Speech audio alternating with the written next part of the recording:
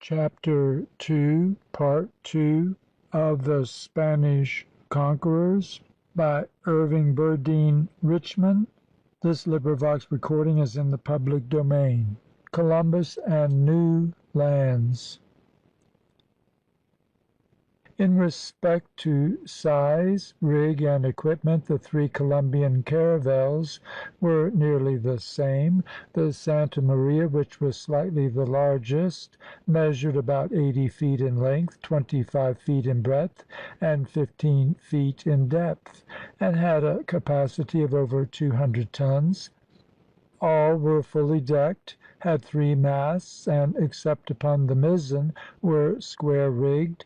The Santa Maria and Pinta had each a high poop deck and forecastle, but the Nina, reputed the smallest of the three, had neither.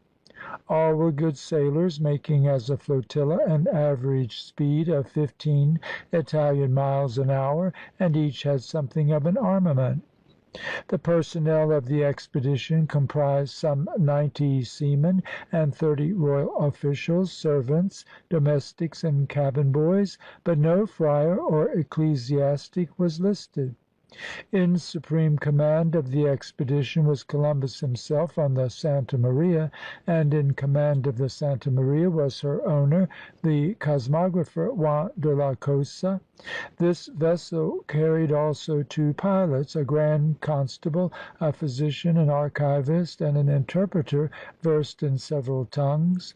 The Pinta was commanded by Martin Alonso Pinzon, and one of its two pilots was Martin's brother Francisco, while as commander of the Nina sailed Vincente Yañez Pinzon, youngest brother of Martin Alonso, and one of the two future discoverers of subequatorial South America. The pilot was the owner, Pero Alonso Nino. Columbus set sail from Palos on August 3, 1492, at sunrise. First, however, he had arranged for sending his young son Diego to Cordova to be cared for by Beatrix Enriquez, with whom was his younger son Ferdinand. First also, supremely first, he had made confession and solemnly received the sacrament. As his ships cleared the bar of Saltees and gathered headway, naught but inspiring could have been the spectacle. The high prows, the huge square sails, each emblazoned with its cross, the magnificent sweep of the rakish latines athwart the towering sterns, the flags and streamers, the officers crowding the poop decks, the sailors thronging the forecastles and crow's nests, all saluting, many praying, some no doubt weeping, all crying adios. How tremendous it all was, how much it meant! As a mere feat of seamanship, however, this first recorded voyage across the Atlantic was not considerable. The flotilla left the Canary island of Gomera on September 6, 1492, and shaped a course westward. The winds blew steadily astern, no storms arose, the resources of navigation were in no wise taxed.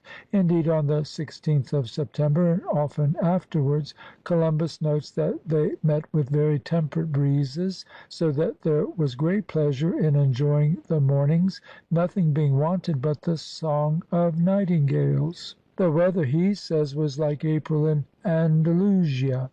Apprehension, nevertheless, did not sleep; it lurked. Already solemn Teneriffe had raised above them in greeting, mayhap in warning, its staff of fire.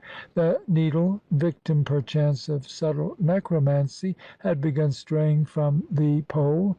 Grass, first in green tufts, then in fine masses, then in tangles and skeins, with crabs enmeshed, that grass before which a prince of Portugal had once turned back, was all about them. Yea, slimy things did crawl with legs upon the slimy sea.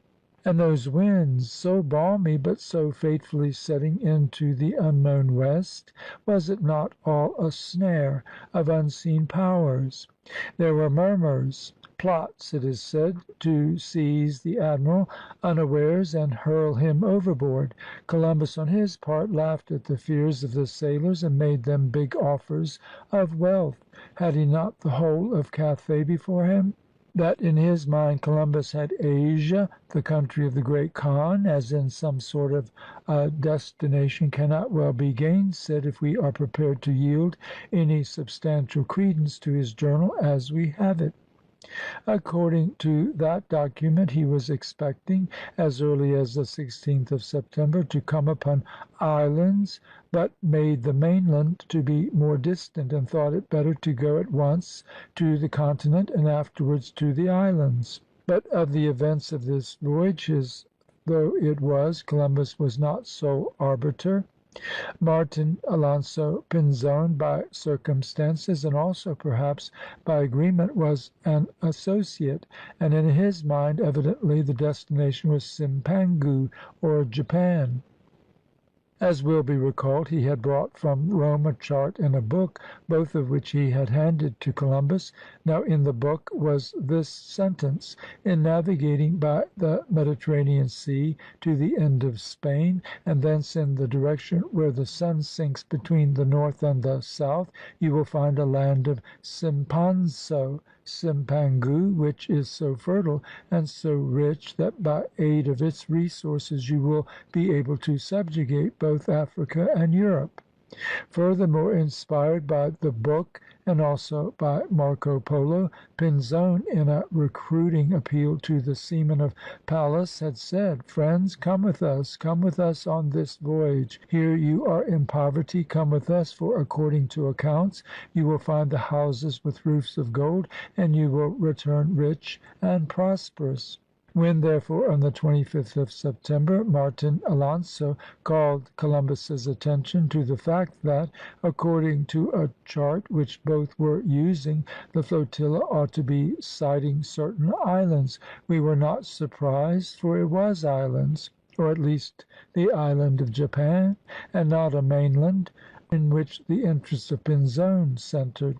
And when, on the 7th of October, Columbus, in deference to the wish of Pinzon, actually changed direction from west to west southwest, and when on the 12th land Guanahani, or Watling Island, rewarded the change, it was natural that both Columbus and Pinzon should be convinced that they were in an archipelago of Asiatic India, with Japan not far away. The expedition now had traversed 1,123 leagues, or 4,492 Italian miles, from the Canaries, and yet, as Ferdinand Columbus informs us, 700 or 750 leagues, 3,000 miles, was the distance at which the admiral had told his men that he expected to find land. If this land was the Antillia Salvaggio Reale group, West Indies or Antilles, as seems probable, it is represented on Beheim's globe through a composite Antillia, as from 2,200 to 2,500 miles west from the Canaries, and it was at about this distance, on and near the 25th of September, that both Columbus and Pinzon began anxiously scanning the horizon. The fact that 3,000 miles was given out by Columbus as the distance to be covered before land might be looked for may be explained by his wish to mislead his crews into the belief that they were committed to a longer, unbroken voyage than they really were. He in fact states repeatedly in his journal that he kept a dual reckoning, one of actual distances for himself and one of minimized distances for his men. How he could have contrived to do this, with half a dozen pilots and a score or more of others at his elbow, more competent at rating a ship's progress than himself, goodness, as Lord Dunraven puts it, only knows. A landfall in the case of any 15th century voyage of discovery was momentous, but especially was it so in the case of a Spanish voyage. Commanders fell on their knees and gave thanks. Crews chanted the Gloria in excelsis Deo and crowded into the rigging and tops. Flags were run up and guns were fired. So was it at Guanahani on October 12, 1492. Clad in armor over which, true to his taste in color and to his instinct for effect, he had thrown the crimson robe of an admiral of Castile, Columbus, with the furled royal standard grasped in his left hand, bent low to the earth which he saluted. His actions were imitated by the captains of the Pinta and Nina, Martin Alonzo Pinzon and his brother Vincente Yacht, who bore standards emblazoned each with a green cross. Then rising, Columbus summoned to him the royal notary and the royal inspector as witnesses, unfurled the royal standard, drew his sword, and proclaimed the island the possession henceforth of the crown of Spain, naming it San Salvador. So the day ended, but early the next morning, as we are told, the natives gathered on the shore in large numbers, and, destitute of beards themselves, looked with wonder on the bearded Spaniards, on Columbus in particular. To his beard and those of his men they reached out their fingers and viewed attentively the whiteness of the Spanish hands and faces.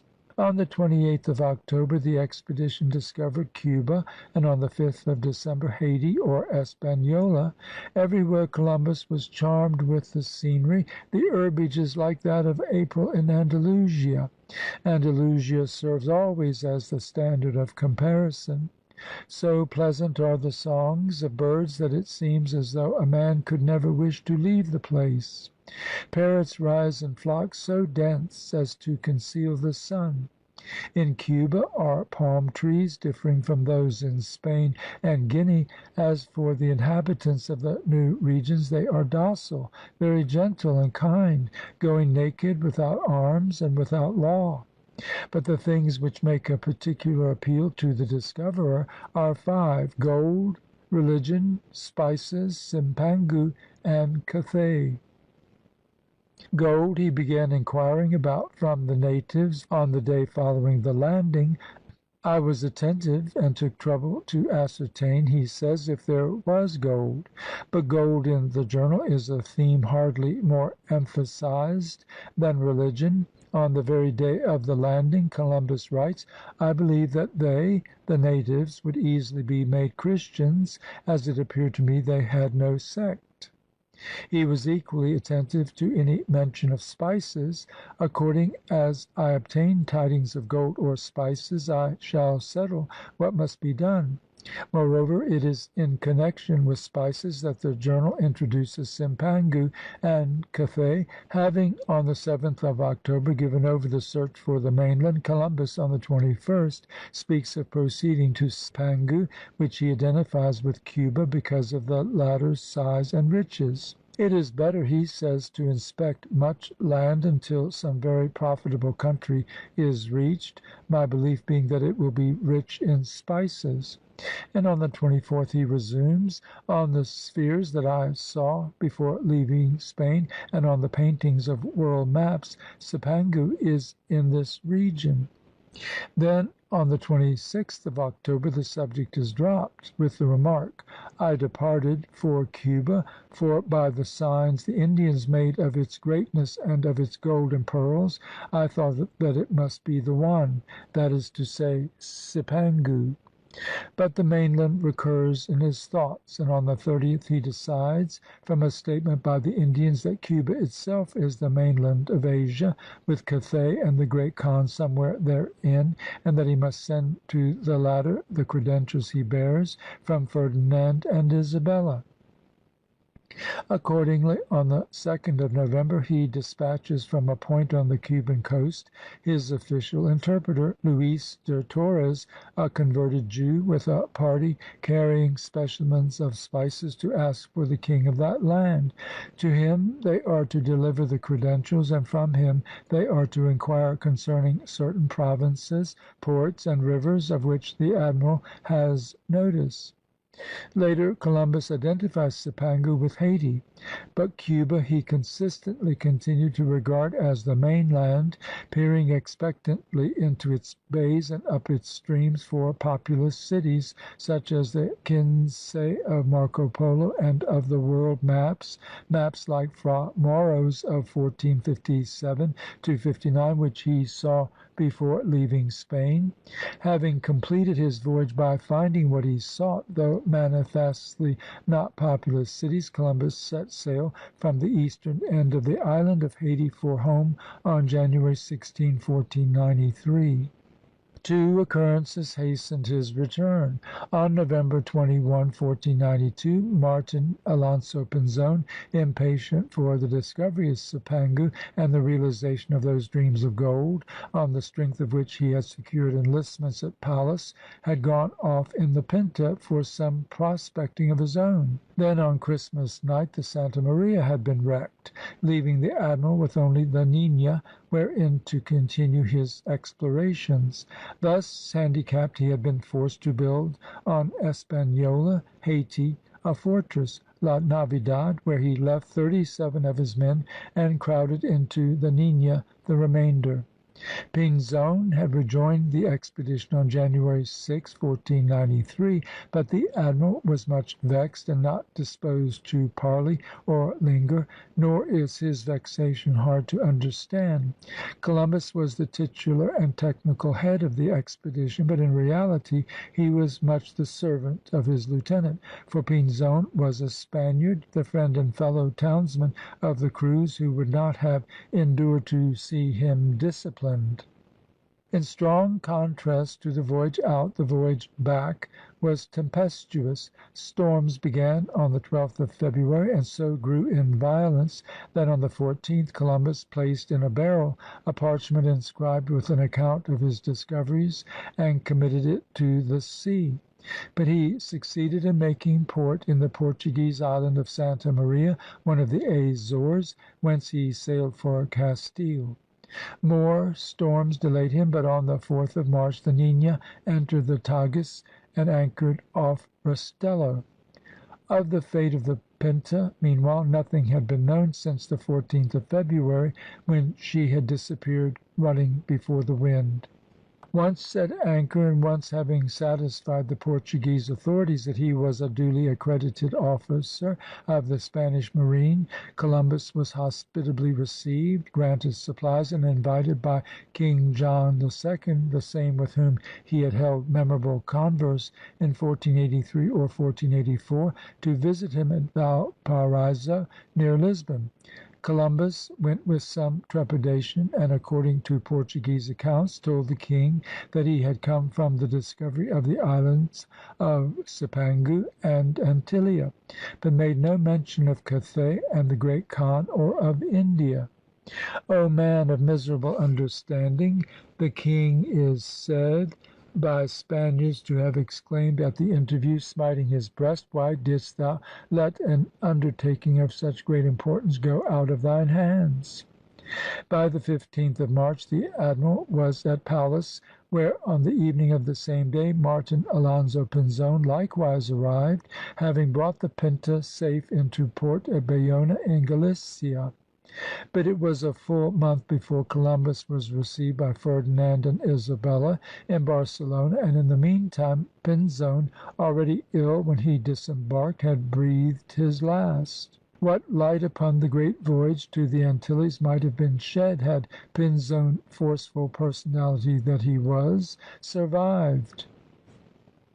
In Seville, where, amid much ovation, Columbus awaited the pleasure of the Spanish sovereigns, there came to him a letter dated the 30th of March, addressed to the admiral of the Ocean Sea and viceroy and governor of the islands discovered in the Indies, and confirming what had previously been conditionally granted to him in the capitulation and letters patent of April, 1492. If the welcome to the admiral at Seville had been noteworthy, that which he was accorded at Barcelona was more noteworthy still. Throngs attended him, and his bodyguard was the best chivalry of Spain. In advance marched a group of some half dozen New World Indians and a squad of sailors from the Nina.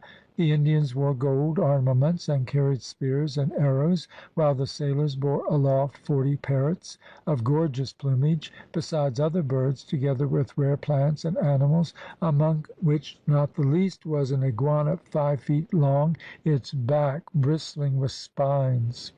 Ferdinand and Isabella, happy at the success of their adventurous protégé, which no doubt they had scarcely expected, were augustly gracious. Seated under a golden canopy in the Alcazar of the Moorish kings, they rose to greet Columbus on his entry, gently deprecated his lowliness in stooping to kiss their hands, and made him sit at their feet. So placed, the discoverer of America, a master of speech, told his tale, illustrating it with the Indians, the sailors, the specimens, and the gold. The monarchs and court then said a prayer, the choir of the royal chapel chanted Te Deum, and the ceremony closed. The news of the return of Columbus soon spread and evoked ingenious appraisals among the learned. In the month of August last, as Hannibal Guarnerius, an Italian gentleman from Barcelona, wrote to his brother in 1493, this great king, Ferdinand, at the prayer of one named Columba, caused 4 little vessels to be equipped to navigate upon the ocean in a straight line toward the west, until finally the east was reached. The earth being round, he should certainly arrive in the eastern regions. Also from Barcelona, on the 14th of May, Peter Martyr, the Horace Walpole of his day, wrote to his friend Count Tendilla, a few days after an attempted assassination of King Ferdinand, there returned from the western Antipodes a certain Christopher Columbus, a Ligurian, who, with barely 3 ships, penetrated to the province which was believed to be fabulous. He returned bearing substantial proofs in the shape of many precious things, and particularly of gold. Again, on the 1st of October, this time from Milan, Martyr wrote to the Archbishop of Braga, "A certain Columbus has sailed to the western Antipodes, even as he believes to the very shores of India. He has discovered many islands beyond the Eastern Ocean adjoining the Indies, which are believed to be those of which mention has been made among cosmographers. I do not wholly deny this, although the magnitude of the globe seems to suggest otherwise, for there are not wanting those who think it but a small journey from the end of Spain to the shores of India." Finally, on January 31, 1494, our letter writer addresses these words to the Archbishop of Granada: "The King and Queen at Barcelona have created an admiral of the ocean sea, Columbus, returned from his most honorable charge, and they have admitted him to sit in their presence, which is, as you know, a supreme proof of benevolence and honor with our sovereigns." But anticipating rumors, reports, and letters, Columbus himself had had a word to say respecting his voyage. Writing from shipboard on February 15, 1493, to Luis de Santangel, his stanch advocate was Isabella, he had declared: "When I reached Juana, Cuba, I followed its coast westwardly, and found it so large that I thought it might be the mainland province of Cathay." As a matter of fact, however, interest in this exploit on the part of Columbus attached itself less to the geographical discoveries than to the preternatural creatures that lurked on the margins of the earth. Hannibal Guarnerius, our Italian acquaintance of epistolary bent, remarked to his brother, apropos of the Genoese navigator, that the earth being round, the latter should certainly arrive in the eastern regions; but forgetful, near the end of his letter, of the scientific aspects of the great voyage, Guarnerius wrote: "He (Columbus) adds that he has lately been in a country where men are born with tails." Nor was the soft impeachment wholly inaccurate, for in his own shipboard letter to Santangel the admiral said: "There remains for me on the western side of Cuba 2 provinces whereto I did not go, one of which they call Anan, where the people are born with tails." And in his journal Columbus had already noted that far away there were, as he understood, men with one eye and others with dogs' noses who were cannibals. But he was wary in statement, for in the St. Angel letter he concluded the subject by remarking that down to the present he had not found in those islands, the Antilles, any monstrous men as many expected. With regard to mermaids it was different. These the admiral had himself seen, both on the coast of Guinea and in the Antilles. The Antillean sirens, as he had seen them, were three in number. They rose well out of the sea, but were not so beautiful as painted, though having to some extent the human face. And Columbus believed in Amazons. He had never beheld any, but had been told they lived in the island of Martinique, and he had meant to stop there on his way home to secure a few to exhibit, along with his Indians, to Ferdinand and Isabella. His half-dozen Indians, his 40 gorgeous parrots, his spined iguana, and his gold, of the latter not more than enough to whet a royal appetite, together with stories about mermaids and natives who burnt a queer herb, tobaccos, were about all in the way of wonders, ocular or auricular, that Columbus had brought home with him.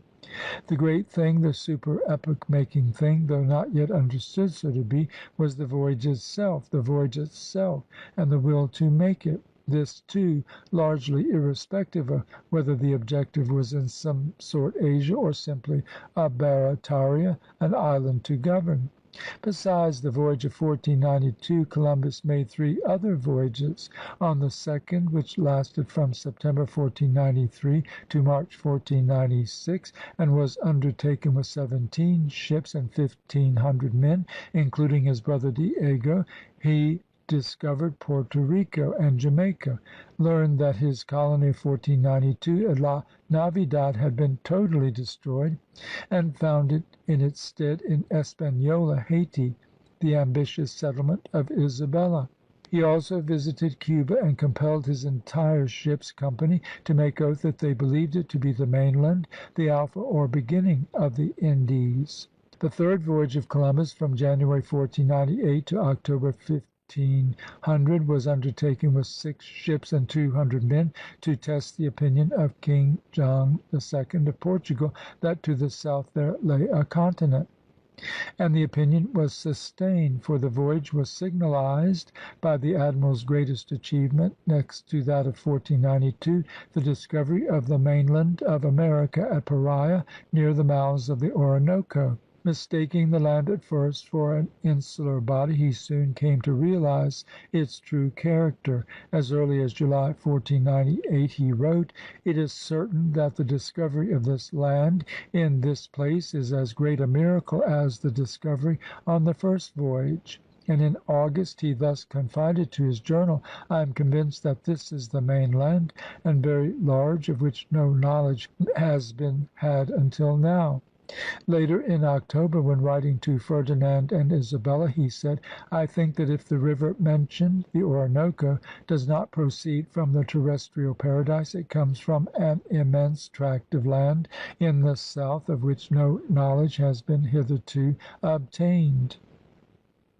But meanwhile in Hispaniola conditions, social and political and economical, had become chaotic, and in 1500 the admiral was superseded as governor by Francisco de Bobadilla, who, stretching his authority, arrested his predecessor, together with his brother Bartholomew and his brother Diego, and sent them to Spain in fetters. Promptly released by the sovereigns, Columbus, after an affecting, and on his part, we may be sure, eloquent scene with Isabella, was released with the promise of a restoration of his privileges, as defined in the capitulation and letters patent, and was placed, so to speak, on waiting orders. By 1501 the admiral had conceived the project of a fourth voyage, to be made with 4 caravels and 150 men, but before setting out in 1502 he deposited his papers in safe keeping, drafted his will, and wrote to the Bank of St. George in Genoa, offering a tenth of his yearly income for the reduction of food taxes in that commonwealth. This last maritime enterprise was shared by his brother Bartholomew and his son Ferdinand, now a lad of 14, and had for its main motive the disclosure of some avenue by which Asia, that part of it where lay the riches, might be attained. In short, Columbus had now come to realize that thus far he had failed to reach the country of the Great Khan. He felt that he must have reached Asia, but at a point lying to the south of Cathay and India, and as for flanking the difficulty by penetrating to the south yet further, an immense tract of land, a mainland, interposed. Still, in the interposing mass there must be a narrow place, and through this a strait, for the currents that set westward from Jamaica so indicated.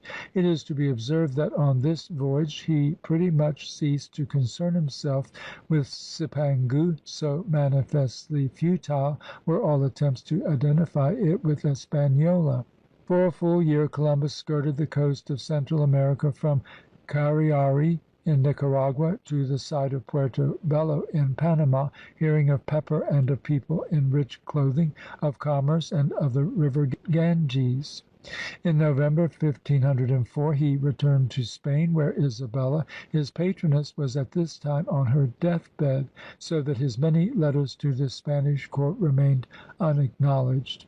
With some premonition of his own demise, Columbus now busied himself with his last will, charging his son Diego to provide for the maintenance of Beatrix, a person to whom I am under great obligations, and let this, he continues, be done for the discharge of my conscience, for it weighs heavy on my soul. On May 20, 1506, at Valladolid, broken, discouraged, well nigh forgotten even in Spain, the discoverer of America, viceroy of the Indies, and admiral of the ocean, breathed his last. The discoverer of America strikingly illustrates the aphorism that the world's great men, so far from having commonly been men of learning, have often been but glorified enthusiasts. To Columbus the South, the upper coast of South America at the mouths of the Orinoco, meant the terrestrial paradise of Sir John Mandeville, a spot where the earth's surface, ceasing to be rounded, was pinched into a stem, on the summit of which the paradise rested, and down the sides of which rolled such mighty streams as the Orinoco. It meant also the golden Chersonese of Ptolemy, Malay Peninsula, where in one year Solomon gathered 656 quintals of gold and all manner of precious stones. It was because of this south, so gravely misconceived by him geographically, that Columbus, anticipating the project of Magellan, entertained at the end of his second voyage the idea of returning to Europe by way of the Indian Ocean. If he had had an abundance of provisions, says his son Ferdinand, he would not have returned to Spain except by way of the East. To say of Columbus that he was not conspicuous for learning is but to repeat that his chief powers were moral, not intellectual. Patience, endurance, tenacity, energy, and will, these, despite his ignorance, made him great. Cupidity and vanity, entailing boastfulness and craft, we have noted as his chief weaknesses; but as to cupidity the record is perhaps less vulnerable than it is at times represented. Throughout the years 1500 to 1504, the years preceding and including his fourth voyage, gold was to Columbus indeed a thing infinitely precious, precious in itself, but far more so as the indispensable justification of his life and work. Then it is that we find him writing, "Gold is most excellent, gold is treasure, and he who possesses it does all he wishes to in this world, and succeeds in helping souls into paradise." Columbus was religious, formally and ceremoniously, albeit sincerely religious. From an early date, in fact, while at Grenada before his first voyage, he had embraced the idea of rescuing the Holy Sepulchre from the infidel. To this end he was resolved, or so deemed himself, to devote his profits from the Indies. And withal he was eloquent. He waxed eloquent over the Holy Sepulchre, and when after his third voyage he was put upon waiting orders, alike to the impairment of his revenues and the wounding of his pride, he waxed eloquent over that injustice. "I have arrived at and am in such a condition," he writes in 1500, "that there is no person so vile but thinks that he may insult me. He shall be reckoned in the world as valour itself who is courageous enough to consent to it. If I were to steal the Indies, or the land which lies toward them, of which I am now speaking, from the altar of St. Peter, and give them to the Moors, they could not show greater enmity toward me in Spain. Who would believe such a thing, where there was always so much magnanimity?